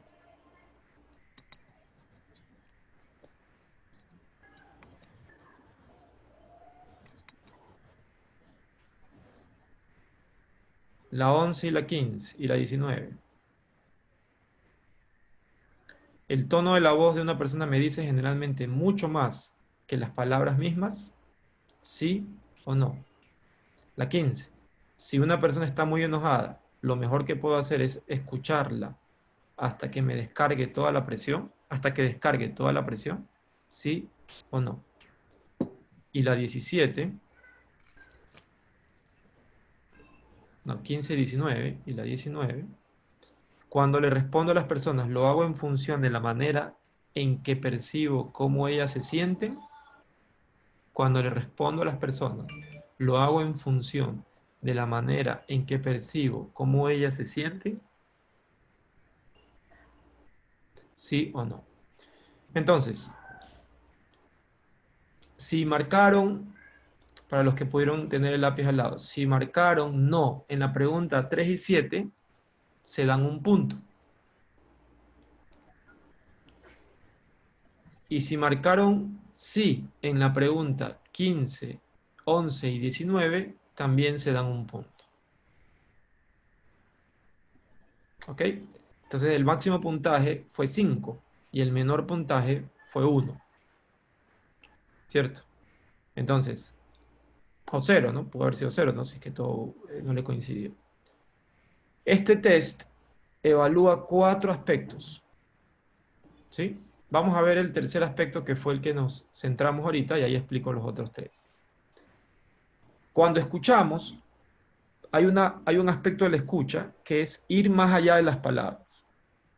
Y para ir más allá de las palabras significa que, por ejemplo, si yo fui empático, si saqué 5, es decir, que yo soy un oyente empático, que logro percibir cómo se sienten las personas con las que hablo, que usted tiene la capacidad para entender y ayudar a las personas. Es decir, que en la medida en que yo estoy atento digamos, en cuerpo, emoción y lenguaje en el otro, podríamos hablar de que yo voy más allá de lo que dicen. Y por tanto, soy un oyente mucho más empático que cualquiera. Es decir, puedo percibir lo que está detrás de las palabras. Puedo percibir inclusive a veces esa intención. E inclusive puedo yo hacer preguntas para validar eso que yo percibo que está sucediendo. Si yo saqué entre 0 y 2, significa que usted parece no darse cuenta de cómo se sienten las personas con las que habla. Es decir, yo hago más foco en lo que la gente dice. Es decir, yo veo mucho el dominio del lenguaje solo, sin darme cuenta de la emoción y el cuerpo. Y el 3 y 4, usted se da cuenta de cómo se sienten las personas, pero le da más peso al mensaje explícito. Es decir, yo soy capaz de ver cómo se sienten, pero no soy capaz de hacer algo por eso. ¿Sí? Es decir, me quedo un poco también en cómo dicen las cosas, aunque sí me doy cuenta, pero no soy capaz de hacer algo con eso. Este tema tiene mucho que ver con la empatía, ¿no? Que es esa capacidad de poder ver patrones emocionales pero ser capaz de hacer algo con eso que yo observo. ¿Sí? Quien quisiera profundizar un poco en empatía, yo le recomendaría que vea el estudio de empatía del MIT, donde hay inclusive un test de miradas, ¿no?, que podrían utilizar para saber qué tan empáticos son. También existen 3 aspectos más, ¿no? El primero, que es el más sencillo, que es el escuchar sin interrumpir y menos contradecir. Es decir, esa capacidad de morderme la lengua, ¿cierto? Que es la habilidad de la escucha más externa. Entonces, cuando yo me sé morder la lengua, entonces usted sabe escuchar sin interrumpir, su paciencia le permitirá generar muy buenas relaciones. Si yo no sé morderme la lengua, usted parece estar tan ansioso por hablar que no puede escuchar. ¿Cómo puede relacionarse con las personas si no las escucho? Y si está en 3 y 4, a veces usted se pone a hablar encima de la otra persona. Si usted permitiera que las personas terminen antes de comenzar a hablar, sus contactos con ellas serán más simples y satisfactorios. ¿Cuál es el gran tema acá? Que el interrumpir lastima la experiencia relacional con el otro en la medida en que yo soy más cercano al otro. Es decir, si yo en un diálogo con mi pareja, esposo o esposa, lo interrumpo con frecuencia, técnicamente lo lastimo más que si estaría hablando interrumpo, no sé, al señor de la tienda. Porque la experiencia de ser interrumpido tiene una relación directa con no sentirme valorado. O sea, si me interrumpes es porque no me valoras. O sea, te quieres escuchar tú. Eres más importante tú que lo que yo te voy a decir. En el caso de los adolescentes, ellos están en un momento emocional sensible y evidentemente los docentes que menos capaces son de escuchar son los que más lastiman esas relaciones y por tanto los que se les hace más difícil establecer lazos. En el caso de los niños, el escuchar es un trabajo más del docente, ¿no? De tener esa paciencia, de a veces escuchar reiteraciones, pero que son propios del deseo de estos niños de esa madurez, digamos, en la que están. El segundo aspecto de la escucha es escuchar prestando 100% la atención. Esta escucha tiene que ver con la experiencia que los demás tienen de qué tanto yo corporalmente los estoy atendiendo. Entonces, si yo saqué 5, usted tiene la disciplina y la serenidad para prestar a las personas la atención que merecen. Esto le permitirá desarrollar excelentes relaciones interpersonales. Felicitaciones. ¿Cómo el otro percibe que estoy prestándole 100% la atención? Hay 2 aspectos corporales. El primer aspecto es la mirada. Es decir, ¿qué tanto yo miro a los ojos al otro cuando habla? Si yo no tengo contacto visual con el otro, yo estoy dando la impresión de que no lo estoy atendiendo al 100%. Y el otro tema es mis hombros en dirección a la persona. Es decir, si yo estoy de lado o de espaldas, o efectivamente con los hombros mirando hacia abajo, porque puede estar yo más atento al celular, eso le da un mensaje al otro de que no lo estoy atendiendo. Acuérdense la frase típica de la gente. ¿Me estás escuchando? ¿Y por qué me dices eso? Porque no me estás prestando atención. Mírame cuando te hablo. Si se dan cuenta, es un reclamo humano, ¿no? Porque la experiencia de ser atendido pasa por, de alguna manera, tener ese contacto visual y esa corporalidad en dirección a la persona. Y si hubiera sacado un puntaje bajo, seguramente usted con frecuencia se encuentra diciendo ¿qué? ¿Cómo? ¿Qué dijo? Reconozca que entender a las personas requiere el 100% de su atención. Es decir, puede haber gente que pueda hacer contacto visual, pero realmente está en otra parte, ¿no? Y por eso vuelve a hacer preguntas que evidencian que no estuvo atento. Y el de 3 y 4, si lograra no desconcentrarse, usted lograría contactos personales más duraderos y satisfactorios. Es decir, esa capacidad de tener contacto visual, de que la corporalidad esté dirigida al otro, pero también de que yo esté en ese momento y en ese lugar, digamos, como vimos lo del flow, ¿no? Ese foco en el otro. Y el último punto, que es el escuchar incentivando al otro a profundizar. Esto tiene que ver con, en el fondo, la herramienta de la pregunta. El ejemplo simple es cuando uno habla por teléfono con alguien. Si yo hablo por teléfono y no escucho nada, ni su respiración, ni un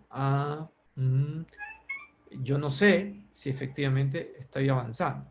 Pero cuando por el contrario, la otra persona me pregunta, me repregunta, me para y me pregunta, pero explícame mejor eso. Mi experiencia es de estar en un diálogo donde estamos profundizando. Entonces, si usted sacó alto, usted hace todo lo necesario para que la otra persona se pueda expresar. Usted logrará contactos muy satisfactorios. Si usted sacó bajo, usted parece no querer involucrarse demasiado con sus contactos. Si sacó intermedio, 3-4, usted es un oyente activo, pero no está haciendo todo lo posible. Es decir, la clave es la capacidad de preguntar. La pregunta permite que el otro interprete que yo me estoy involucrando. ¿Ok? Esta herramienta la pueden utilizar con los mismos estudiantes para que ellos... Es una herramienta de autoevaluación, ¿cierto? Si alguno quisiera, también la podría usar en qué términos los alumnos los evalúen a ustedes, ¿no? Habría que darle la vuelta un poco a las preguntas. Si alguno de ustedes quisiera saber como docente qué tanto escuchan, ¿no? O qué tanto los demás como estudiantes se sienten escuchados por usted.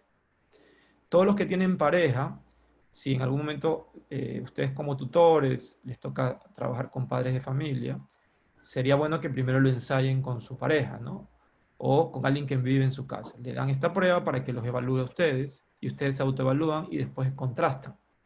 Porque puede ser que hay aspectos donde yo creo que estoy bien, pero los demás me perciben que yo no soy tan una persona que escucha, digamos, de manera activa. ¿Ok?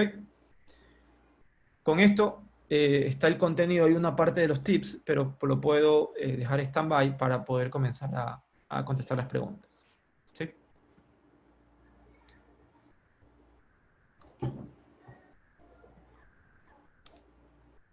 Entonces aquí estoy, nos podemos conocer. Estoy en el cuarto de mis hijos. Entonces, bueno, vamos a las preguntas.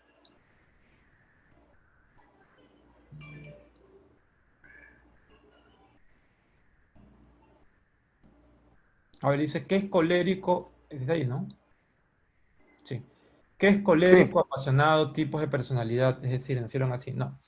El carácter es digamos, no podemos hablar de qué es la personalidad. El carácter se va ajustando. Los 3 primeros factores sí tienen un cierto, digamos, como peso, lo emotivo, lo activo, lo primario, ¿no? Puede ser que en la vida uno afecte 2 de esos 3, pero de repente 1 o 2 de ellos siempre se quedan marcados, ¿no? O sea, por ejemplo, en mi caso específico, yo me he hecho una prueba, la prueba que es el test que te da el dato técnico. Me lo habré hecho unas 5 veces en 5 momentos diferentes de mi vida. Y siempre me ha salido flemático, ¿no?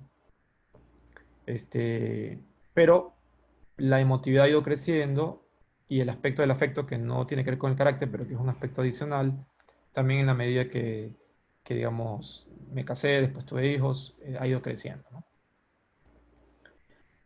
En actividades grupales en clase, ¿los estudiantes se mezclan por estas categorías o se deben hacer los grupos por estos caracteres?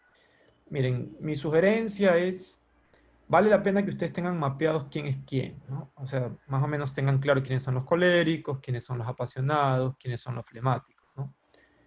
Eso ayuda especialmente a no tener equipos sobrecargados. Cuando hay mucho colérico entre ellos, hay mucha riña, digamos, en ese grupo. Cuando hay un grupo solo de flemáticos, hay demasiadas, digamos, es un grupo muy lento para tomar decisiones porque cada uno quiere imponer un poco su proceso, ¿no?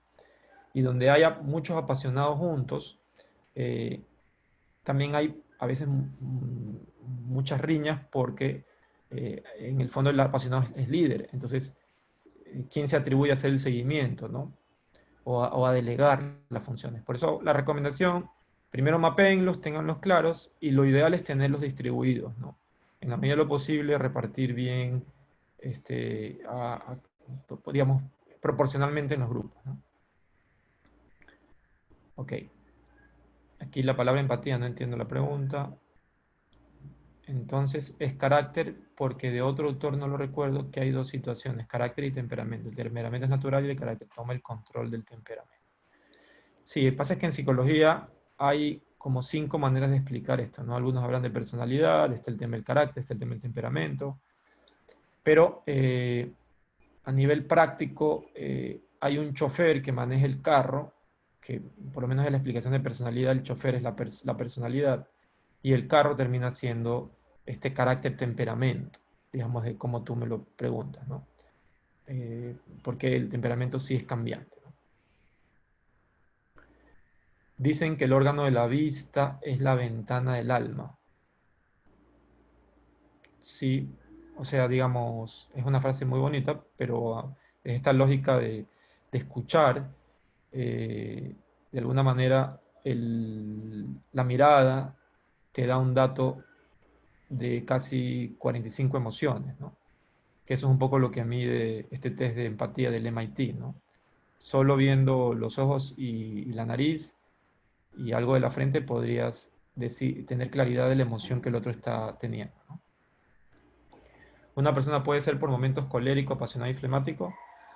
Yo creo que no. O sea, creería que los 3 aspectos se marcan y lo que puede moverse es un poco los otros que vimos, ¿no?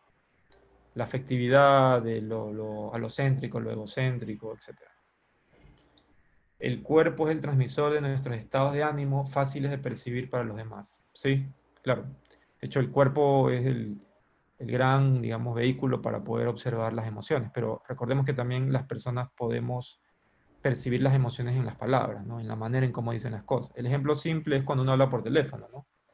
Uno escucha al otro y a veces puede deducir cómo se siente el otro, cómo está el otro.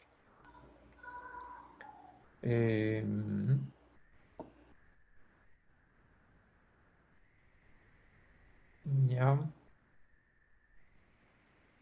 ¿Cómo lograr en los niños una adecuada expresión de las emociones para que en la adolescencia las sepa controlar?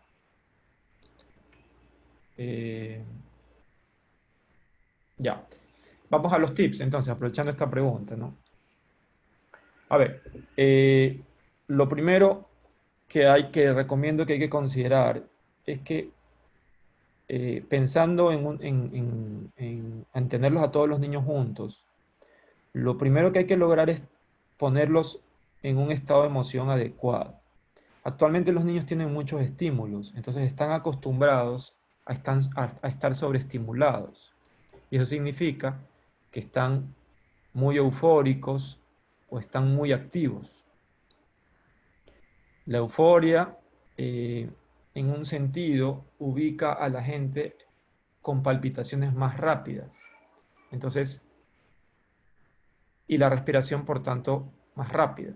Entonces, la primera consideración es que hay que lograr, lo primero que hay que hacer es con los chicos es ejercicios corporales, ¿no? De respiración, para irlos ubicando en un ritmo, digamos, de respiración más bajo. Al entrar oxígeno, también eso naturalmente les baja la emoción, digamos, de pico, y les va bajando las revoluciones. Todos los que cuando un niño le da una rabieta, lo que primero uno le pide al niño es respira. A ver, no puedo hablar contigo sino respira, respira, ¿cierto? Esa es la manera donde le va entrando oxígeno y es capaz de ir dejando de llorar y puede comenzar a hablar, ¿no? Entonces, esa es la primera consideración. La segunda consideración es que también yo tengo que tener muy claro que los niños ahora tienen su foco de atención es menor. Entonces, lo que hay que lograr son estadios de atención. Y por cada estadio de atención, yo tengo que lograr el entorno emocional favorable. Entonces, a veces puedo comenzar con una historia, a veces los puedo hacer respirar, a veces los puedo, no sé, pues que parar, a veces puedo hacer que se muevan de puesto. Todo eso colabora con ubicarlos en un estado de emoción que va a permitirlos a ellos estar, digamos, conectados. ¿Sí?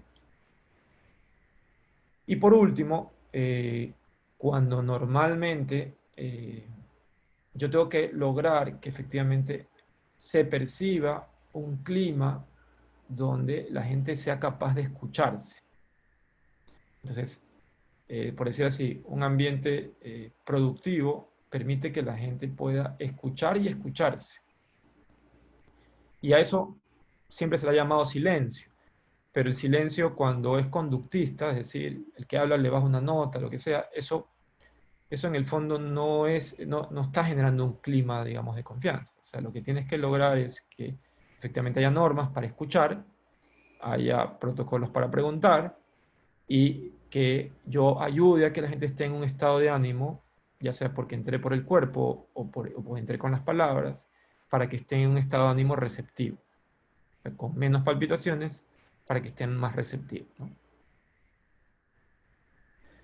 La siguiente pregunta: ¿cómo mejorar la escucha? Algunos tips, cómo se recomienda ubicarlos en el salón de clase para que funcione. A ver, pensemos ahora ya en adolescentes, ¿no? Recordemos que los adolescentes, si no están interesados, podrían tender a acostarse en las mesas. Y eso naturalmente nos da a nosotros una idea de que no nos están escuchando, ¿no? O sea, ellos ya están en off, ¿no? Entonces, siempre va a ser importante tener un primer momento de captatio, le llaman los griegos, que es este momento de lograr algo disruptivo que genere la atención. El modelo que está funcionando es un modelo de Schoen, que en el fondo se utilizaba mucho para educar adultos. El modelo es muy simple, ¿no? Primero que experimenten, que hagan, que se equivoquen, pero que hagan.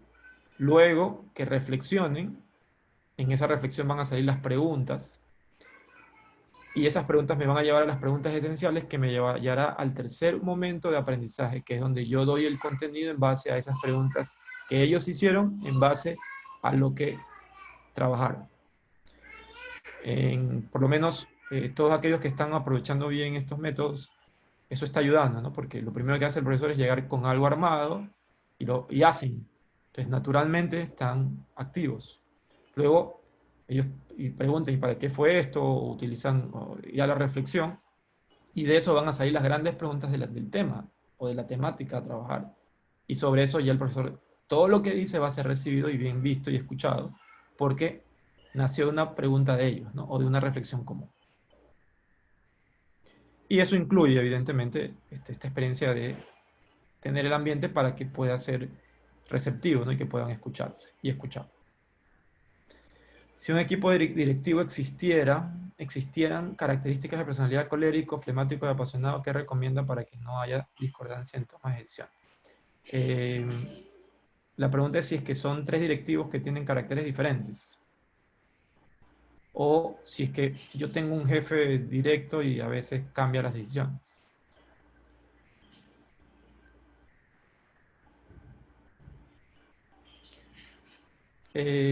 A ver, me aventuro al escenario un poco, solo pensando en este tema de que haya discordancia en toma de decisiones. A ver, recordemos que la toma de decisiones es un aspecto que tiene un aspecto objetivo y tiene un aspecto subjetivo. El aspecto subjetivo siempre tiene que ver con el contexto y lo que se pone en juego y lo que hay capacidad de decidir. Y sobre eso, si el tema es muy lógico y objetivo, a veces sencillamente la decisión fluye. El problema es cuando la decisión podría tener varias posibles soluciones. Y ahí se activa un poco ya la competencia e influencia. Es decir, de alguna manera se toma la decisión de aquel que fue capaz de influir en los demás. ¿Quién es más influyente? Aquel que sin tener tanto poder es capaz de poder llevar a los demás a su territorio y que se acerquen a la opción que él plantea, ¿no? Porque todos aquellos que influyen desde su propio poder, sencillamente, digamos, van a poder tener esa capacidad en la medida que tengan ese poder, ¿no? Cuando dejen de tenerlo, no necesariamente va a existir esa capacidad, ¿no? Ahora, pensando en que cuando les toca decidir en común y fueran pares, y no ninguno de ellos es jefe uno del otro, y tuvieran personalidades diferentes,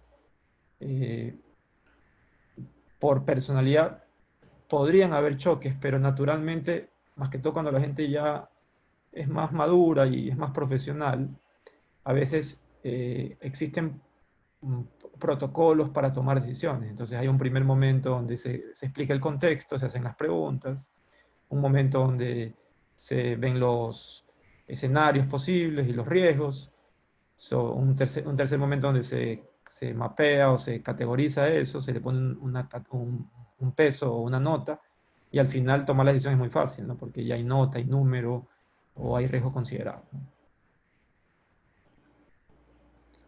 Aprenden a base de las experiencias. Sí, eso fue un poco lo que comenté de este modelo de Shon, ¿no? SCHON, que se llama Action, Reflection, Learning, ¿no? Action, Reflection, Learning. Acción, reflexión, aprendizaje. ¿Qué personalidades no son una buena combinación en el salón de clase para los grupos de trabajo? En realidad, de las 3 que vimos, todas son muy buenas, ¿no? Hay otras 3 que no vimos, y que hay una que es la del conformista, ¿no? Que esa es la más complicada, ¿no? Porque ese tipo de personalidad nada lo motiva, ¿no? O es muy difícil motivarlo, el conformista.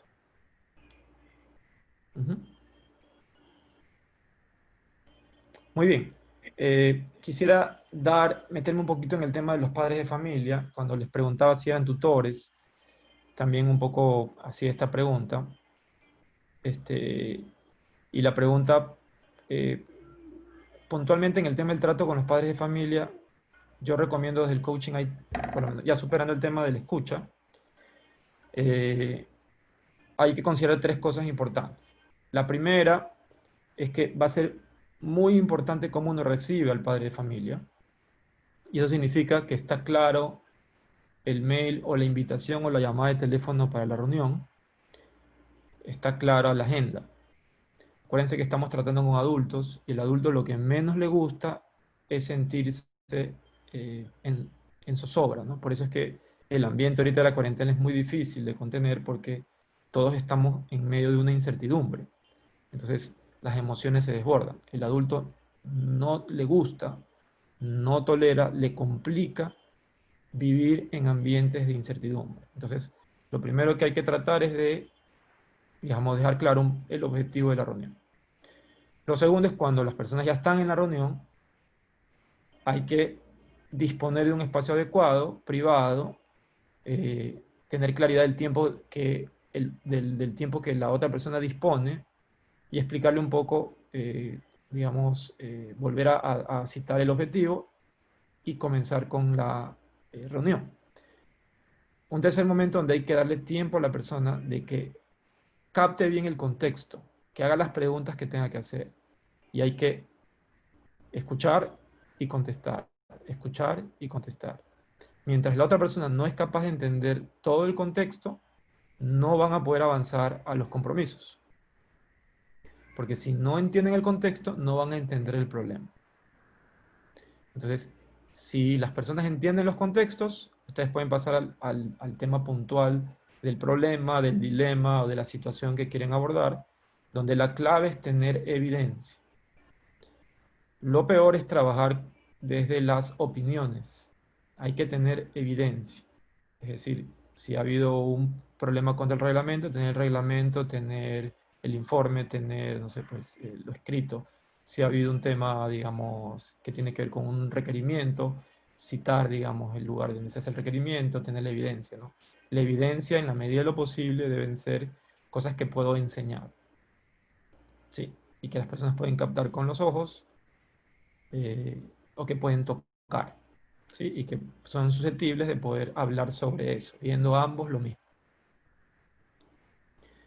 Con eso claro, hay que pasar a un siguiente tema donde el adulto tiene que asumir su responsabilidad.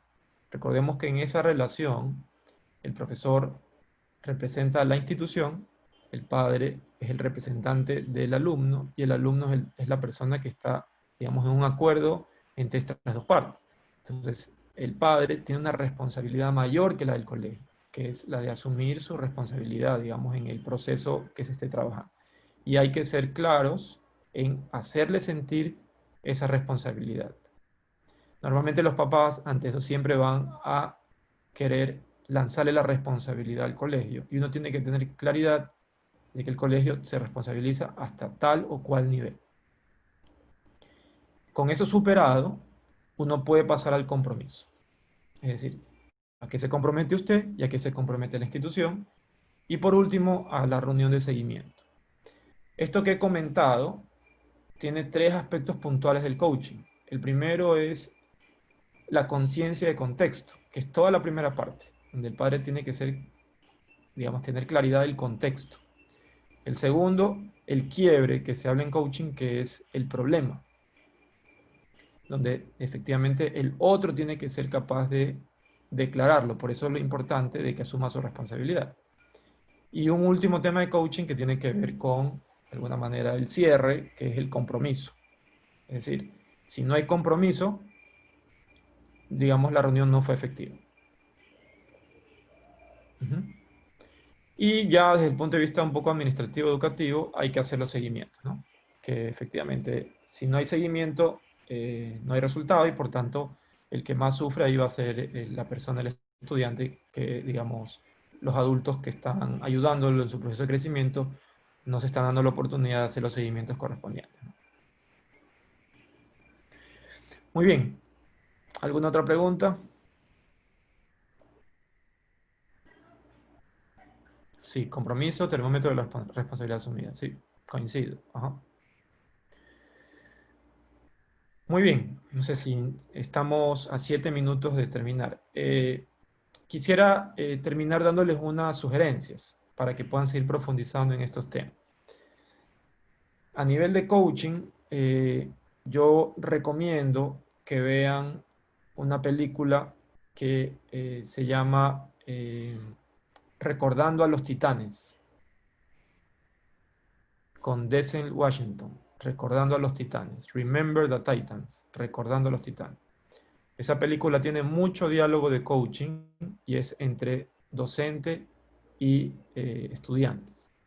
Y otra película que vale la pena también para estos diálogos de coaching con estudiantes y con padres de familia, que es un poquito más potente con el padre de familia por todo lo que logra, se llama Coach Carter.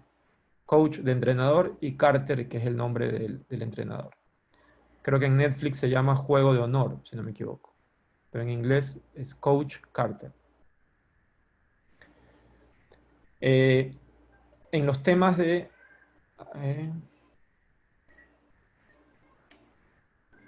repetir, por favor, mala conexión.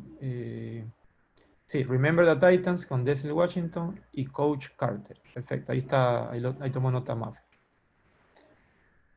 Ok, con respecto a los temas de psicología positiva, técnicamente nos faltaron abarcar 3 aspectos porque no vamos a abarcar en la hora. Entonces, la FEDEC va a considerar, digamos, revisar para ver si se puede hacer otro taller en otro momento y cerrar el tema completo de psicología positiva. El otro aspecto importante que recomiendo también es si vale la pena buscar información sobre contención emocional. Contención emocional. Ustedes regresando a clases van a tener que ser mucho más hábiles para contener emocionalmente a los chicos. Más allá que de repente no vayan físicamente a las aulas, esto está por verse, va a haber mucha ansiedad, digamos, en el ambiente. Y no es por los niños, porque al final los niños han estado haciendo lo que quieren, sino por por la ansiedad de los padres que constantemente les transmiten a los niños. Entonces, nosotros como adultos nos va a tocar ser mucho más hábiles para contener, limpiar un poco la emotividad y ubicarlos en ese estado de flujo que vimos al inicio. La clave es, digamos, quitarnos todos los aspectos de entropía que existan, obstáculos que no les permitan a los chicos estar en ese estado de flujo, de disfrute, digamos, que debe ser, digamos, los ambientes educativos, ¿no? Entonces, busquen mucho técnicas para contención emocional. Contención emocional es el término en psicología que se usa para esto. Listo, muchísimas gracias, profesor. Quería compartir con todos ustedes el proyecto también que tenemos con Humane. En el plan de actividades que tiene la FEDEC está en enseñarles a trabajar cursos online, sin saber qué venía en esta situación que estamos atravesando. Habíamos creado un curso, bueno, Humane nos creó un curso de diseñar tus propios cursos online. Con Humane tendríamos que ver nuevamente las fechas. Les comparto esto porque va a ser socializado a los colegios para ver si ustedes desean inscribirse. Como ustedes pueden ver, aquí tienen los módulos: plataformas virtuales de aprendizaje y comunicación, objetivos, diseño, emprendimiento. Esto obviamente tendríamos que cambiar las fechas, como les digo, y el lugar, bueno, todo va a ser desde la plataforma online que tiene Humane. Para ello, simplemente ustedes se inscribirían solos, los que deseen, porque es un curso que va a tener un costo. Recalquemos que Humane nos deja algún descuento por el hecho de tener un convenio con ellos. No sé si tengo aquí en línea a Maffer, quien nos pueda conversar un poquito más sobre este taller. Maffer es la persona de Humane que es la que nos ha estado ayudando en este asunto. Maffer. Hola Gaby, ¿cómo estás? Buenas tardes a todos. Sí, como comentaba Gaby, esto de aquí, lo que el día de hoy compartió Pedro Collantes es una parte muy pequeñita de un módulo que se ve dentro de lo que es la certificación de docentes. Así que si ustedes quieren ampliar este tema, podemos ver este taller ampliado en más tiempo, una vez que nos confirmen que lo podamos hacer con presencialidad. Por otra parte, el taller al que hace referencia Gaby del manejo de plataformas y estos temas de emprendimiento y que ustedes mismos puedan crear sus cursos de forma online, también vamos a tener en los próximos días unas nuevas fechas y el tema de los contenidos se los tenemos que compartir con tiempo, ya se los vamos a informar. En todo caso, con Gaby tendrían que inscribirse los que estén interesados porque este taller consta de 4 módulos. El año pasado tenía un costo de 149 cada módulo. El valor del taller en total era de 596. Este año, bueno, debido a la coyuntura y todo esto, estamos chequeando los valores en los que se va a lanzar este taller, porque va a ser completamente online, si es que la coyuntura sigue como se ha mantenido hasta ahora. Entonces, les animo a que se puedan, los que estén interesados, que puedan inscribirse con Gaby, indicando de qué colegios son y si desean, pues también pueden hacer el tema del pago de los módulos de forma mensual porque se ven normalmente en 2 fines de semana cada módulo. Entonces, el año pasado se lo manejaba viernes y sábado. Se lo hacía los viernes de 6 a 10 de la noche y los sábados de 9 a 1. Esos son los horarios que más o menos se han manejado en lo que es certificación de docentes. Entonces, en próximos días, para que por favor estén súper atentos los que están interesados en tomar esta certificación para que puedan pedirle la información a Gaby. Listo, Maffer, muchísimas gracias. También muchas gracias al profesor Pedro, me dicen que están muy contentos por el taller, que ha sido muy bueno. y esperamos organizar una nueva fecha para poder culminar, como él dice, lo del taller de disciplina positiva. Quedo muy agradecida por responder los mensajes. Como ya les dije, los que puedan, envíenme por favor por correo la foto online que tienen ahorita ahí, para poder tener como presencia que han estado en el taller y poderles enviar ahí mismo el certificado digital. ¿Ok? Muchísimas gracias a todos y que tengan una linda tarde. Y bueno, bendiciones y fuerza y mucha fe. Listo, muchas Profesor. gracias. Gracias a todos. ¿Ah? Que Dios los bendiga.